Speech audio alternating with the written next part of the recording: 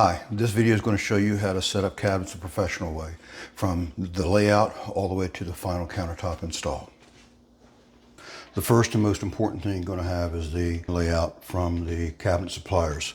They usually give you a design based on your choices of your cabinets, and it'll also come with a dimensions of all the cabinets, their positions and their places, and the model numbers of each of the cabinets. So you'll know what boxes that you have in front of you before you even open them up. You know what's inside the boxes. That way you can get them in their appropriate spots if you have cabinets spread all over the place. And with this right here, I have an actual dimension of 134 5/8. And that 134 5/8 is based on this wall dimension down here on the far side to the left of me, and all the way down to this corner, which I've already verified it's an accurate number. So I can start laying out the cabinets on the wall and getting the spacing to where the cabinets start and stop at, because I'm also going to have to cut out some of this floating floor to make sure that the cabinet's set on the subfloor and not on the floating floor, which will pinch it in place and keep it from moving, which is a warranty issue for some installers. They don't want cabinets sit on top of their floating floor systems. So I'm going to get these all staged out across the way, and I'll be using some blue tape in some cases so I can mark the wall without marking the paint. But some places where I know the cabinets are hidden, I will mark the paint, because there's no reason to be concerned about that, for it's going to get covered up by the other cabinets. And the other thing that, while that's being done, is to know where your framing layout is. So with that, I'm going to have some blue tape on hand, and I'm going to mark each of the studs as they show up on my stud finder now. But it's really a good type of sensor. It doesn't take that click and wait for it to sense. You put it on the wall and press the button and move it, and it will start sensing what's in the wall. Now, it's non-discretionary, so some of them you can get to where it'll show electric. That's a good thing. And some of them will only sense 3/4, some will sense 1.25 inches, and even up to 1.5 inches of this particular brand. So again, just keep that in mind and always verify what you have. Usually if you can come up with a stud center or marks or where the tape's going to be at every 16 inches, that's a pretty good sign that you're on the right track for finding the framing. You can more or less predetermine where the next one's going to be by seeing how far the spaces are, and you can pretty much guess that the next one's going to be there, but this will fine tune it exactly where it's going to be, and mark that with blue tape. When I'm marking the walls and I know that the studs are approximately at least that far, I'll, instead of taking the roll and picking up and putting it down, I'll get some pieces of tape just spotted roughly where, they're about every 16 inches apart. That way, as I get the stud finder to locate the studs, I can just simply relocate the tape to put it in the spot where the stud is more accurately.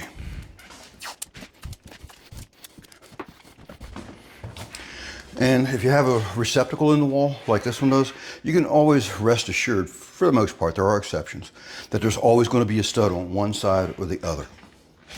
And my cabinets are going to finish out about 28 inches above the floor, so I'm going to try to keep my tape close to that level. Just so I'm not going to cover up the tape once I get the cabinet started to set in place.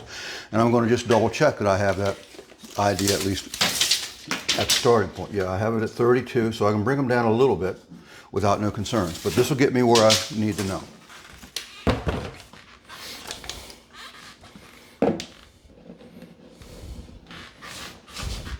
And there's that stud right there on the side of that. Now turn the orientation so that tape is over top of is centered over the stud.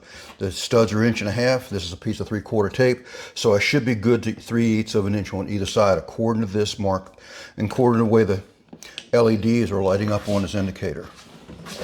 So now I know I'm going to have another one somewhere around here. Now I just simply move that one down.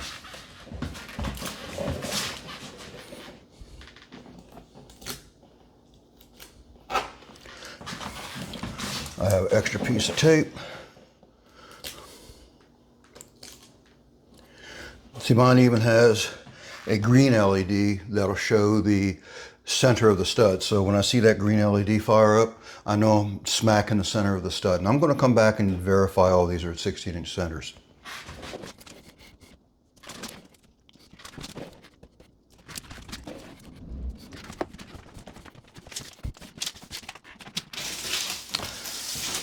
all these staged out really nice. So if you want to verify 16-inch centers, you don't want to simply take here and go 16 and 16 and 16, because there can always be that little bit of back and forth by simply moving the tape, and you can get off easily a half of an inch by the time you get down to the far end, should your marking your stud finder wants to be off a little bit too, or you don't put the tape in the exact right spot. So you're going to want to take your tape like you see me do earlier and hold it on the center of one, and make sure that all the ones that you can reach, like I have one all the way down to 80 inches there, and all of them are smack on 16-inch centers.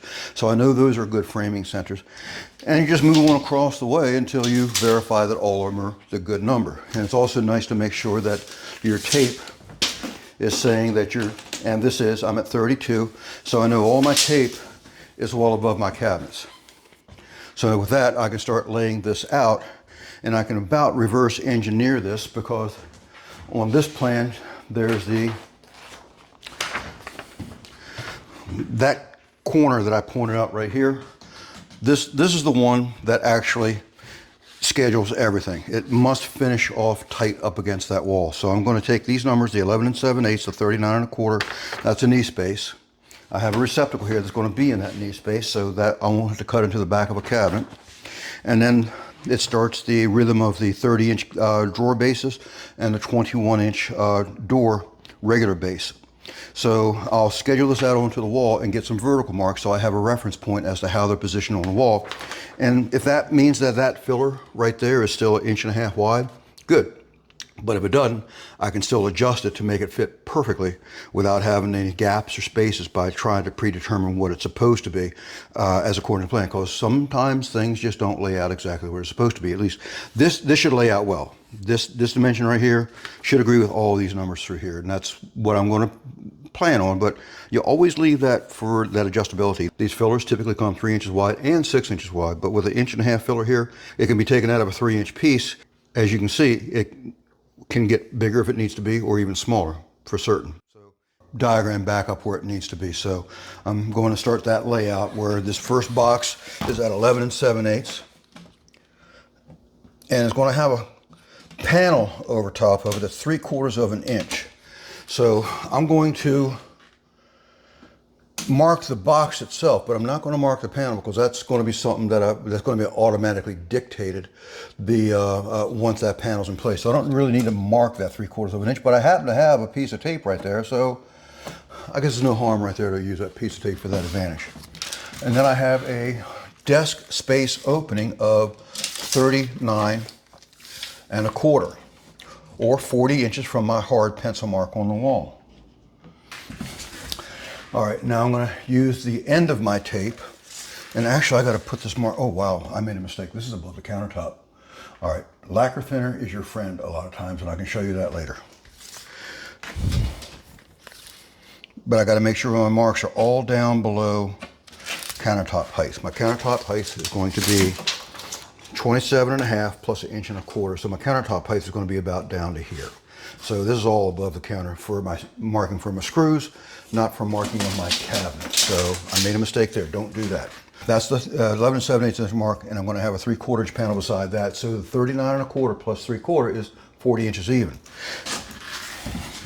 And the trick will be to hold the tape on at 40 even, because that's the panel width plus the 39 1/4 of 3/4, and 39 1/4, that's 40. And now we're just going to take and put a little mark with the end of my tape, just a little light mark like that. And now I can come back and what I call harden it up. And that's the side of that cabinet, and it's up high as well. I'm not going to plumb this one in at all. That mark is just there. What I'm going to do is mark the rest of them down below, where this pencil line will never show beyond this cabinet. Why? Because it's not there. But my layout will be made accurate from this, because here on I got 30-inch boxes. Now you're also going to notice that sometimes 30-inch boxes will either come in slightly under or slightly over. It's also another good thing to consider if you're laying out, because you might start covering up your marks as you go. If it comes back and starts exposing your marks a little bit, it's still a reference line. You can tell how plumb something is with that reference line, with your plumb line even exposed. So if it covers, you can't see it. But if it's even with it, good. If it's a little farther back, that's good too. You can still see it as a reference mark. And these cabinets are a large 30 inches. So that's not a 16th, it's not 30, it's like smack in the middle. And so I'm going to take this one mark that's at the edge of the desk space opening here, which is just a mark up high. I'm not going to plumb that, but down here when I mark this one, I'm going to plumb this one. So I'm going to do the same trick. I'm going to hold, and I found that my cabinets are a slightly large 30. So I'm going to do that with my tape. I'm going to hold this tape at that same dimension. It's a little over 30, and I'm going to mark the wall again with the tip of my tape. And then what I call harden it up so I can see it easy, right there. And that way I can take the same number again. I'm sure both cabinets are the same. So I'm going to take that number again and put that little mark with the end of my tape and then harden it up again with a pencil mark. Now these are the two lines that I'll plumb in just to make sure I have my cabinet in the right spacing, because I'm also going to move these down to the floor where need be, with some tape in the case of the knee space, so I can cut the floor out in the right spot as well. And I should have a 20-inch cabinet when it's all done. Now I got to confirm that.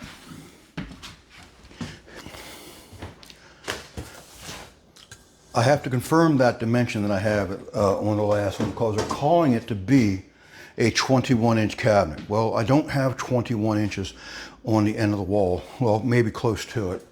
But this is a, well, it says it's a 21-inch cabinet, so let me just see what I got there. Actually, I have 21 3/4, so that filler, again, that filler is going to be 3/4 of an inch wide according to my dimensions that I have, unless I laid it out wrong.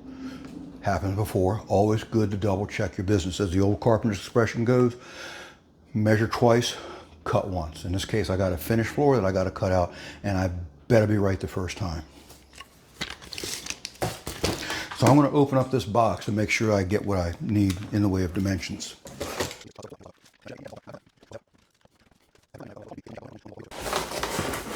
All right, I have it open enough to take an actual number.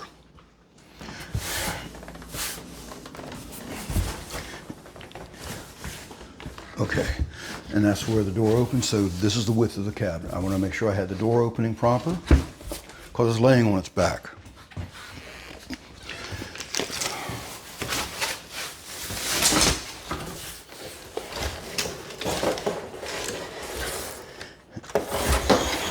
And I have a bona fide 21-inch cabinet. Okay, so now we know what we have there for sure. All right, we've got confirmed what we need for a cabinet over here for the last one, because sometimes they are custom made and they take a 21-inch cabinet and knock it down to a smaller dimension so it can fit in a given spot, but we're all good here. All the numbers are all good. Again, confirm everything, never take nothing for granted. So next thing we need to do is come up with the actual height of the cabinet. So these cabinets are predetermined to go at a 27.5-inch finished height. So I'm going to go ahead and mark 2 spots on the floor and mark 27.5 for the top of the cabinet. The reason why I'm going to mark 2 spots is because when I take a level and go from left to right, from one side to the other, I want to make sure that I have everything in mind, because sometimes floors are not as level as we'd like to think that they are. So with that being the case, I can also take my level, which I happen to have a 6-footer here, and that'll tell me a few things. Or you can use a 4-footer. A 4-footer does it as well, just as good, but I have my long one here. And where the cabinets are going to sit at, near the edge, that's what I want to check. I also know that the cabinets are going to be out approximately 2 foot, so I want to make sure that the cabinets are not, or the floor is not rolling up, because that's going to happen a lot, where you get your bearing walls there and or a non-bearing wall there, and floor joists are running this way. You're going to get a radical drop off of this wall going this way to this way. So that's good to know too. Sometimes I've cut the backs of the cabinets to get the fronts of the cabinets to meet the floor properly. I mean the base that the cabinets have, or the base, I guess that's what you want to call it, the bottoms of the cabinets. They're typically integrated. Some of them have screw-in adjustable feet, and those just screw in a little farther, leaving the front the right height. But sometimes it's up to 1/4 of an inch. I've had up in old homes up to about 1/2 of an inch or so. And that's where I've taken my planer and planed off the back to where the front of the cabinet set right on the floor. And these are reasonably good. I only got about a 3/16 of an inch fall from there to here. So that's something I got to keep in mind. And it might be different over there and here. So always good to check all your locations. And it's approximately the same here.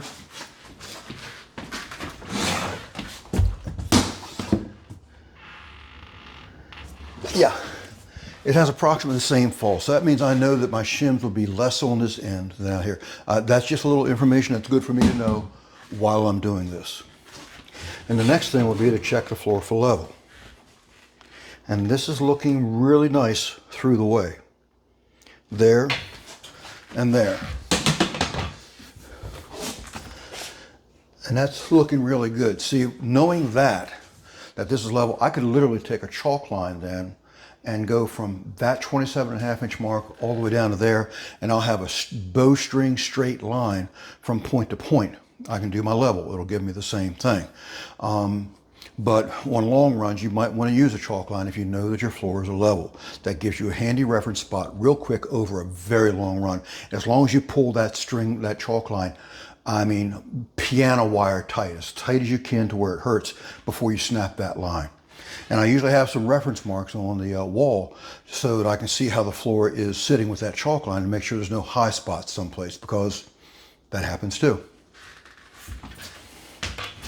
But right now with this short runnage cabinets, this is a very, very nice setup so far. So next, I'll just see why am I coming up with a 3/4 of an inch discrepancy down there according to the plans, because all these numbers should jive. All these should add up. I got 11 7/8, and I know I have my 3/4 there.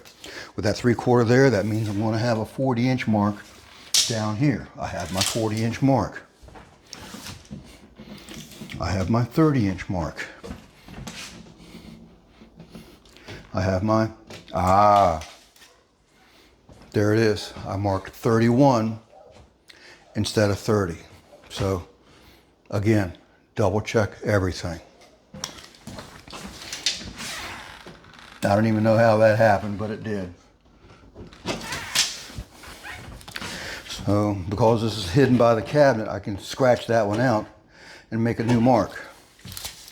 Now I have 22 7/8. So the filler is going to be about 22 7/8 wide on that end, not the 1.5 inch like in the drawing. So that's okay. And you know, for what it's worth, I could actually make this knee space a little bit tighter. I mean, not tighter, silly me, wider, and give a little more room in here and still keep that 1.5 inch if I decided to go that way.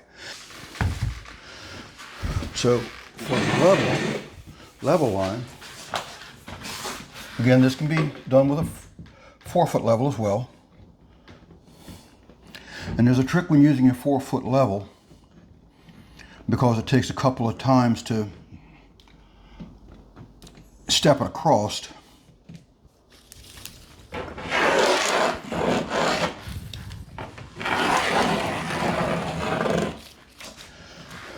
And even when using a long one, reverse your level. So if your level is a little bit out of level, no level, barely any level is perfect unless you really have one that's guaranteed to be level, like this one right here.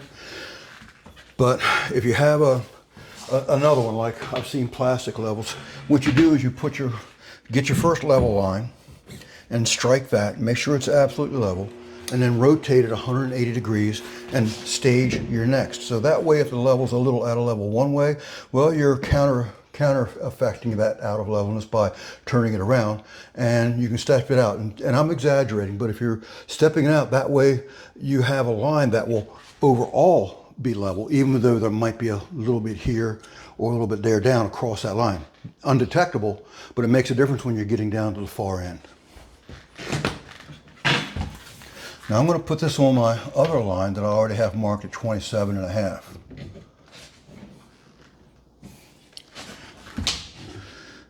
And that is looking really good. So I'm only going to keep the mark in the area that I need it to be. There. And there. Okay. I'm going to use my 2-foot level to mark these plumb lines because my 4-footer goes up too tall and hits this and it pulls it away at the top of the wall. So I'm going to use a shorter level to get these marks moved down.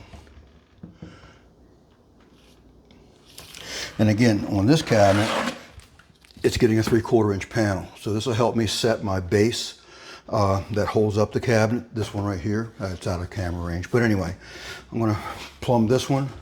I'm not going to plumb this mark because otherwise it's going to be it's going to show at the edge of that box.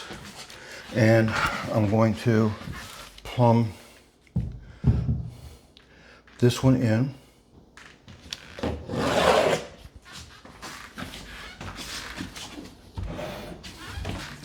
And this one. I don't need to plumb any more than that on the verticals. So that has everything laid out. Now with that, my next step would be figuring out how much to cut out the base down here. I've already pulled out this one piece of base, you may have noticed, but my next step will be to take and cut that base in the right spot, but that'll be in a different segment. I just wanted to show you how to get your layout done, because if you don't get your layout right, you have no idea where you're heading to. That gives you a chance to see how the floor is falling one way or the other, if it is, or if it's level. Great if it is. But if it isn't, this gives you a chance to see how to deal with what conditions you have. Well, this is it for how you lay out a set of cabinets on a wall, whether it's a whole set of a full kitchen or whatever. This is how it should be done from the ground out. Get your stud locations done, get your elevations for your height when your walls established, and your vertical marks for your cabinets where they're going to be covered up. You can leave some of them off because one mark, for example, will dictate automatically where the other mark could be, but would be exposed if the cabinet, doesn't cover it up exactly. So that's, like a little recap of what we got right here. So if you would, stay tuned for the next segment, because I'm going to show how the floor is cut out in the footprint of the cabinets so that the cabinets are not bearing on top of the finished floor here. So please like and subscribe.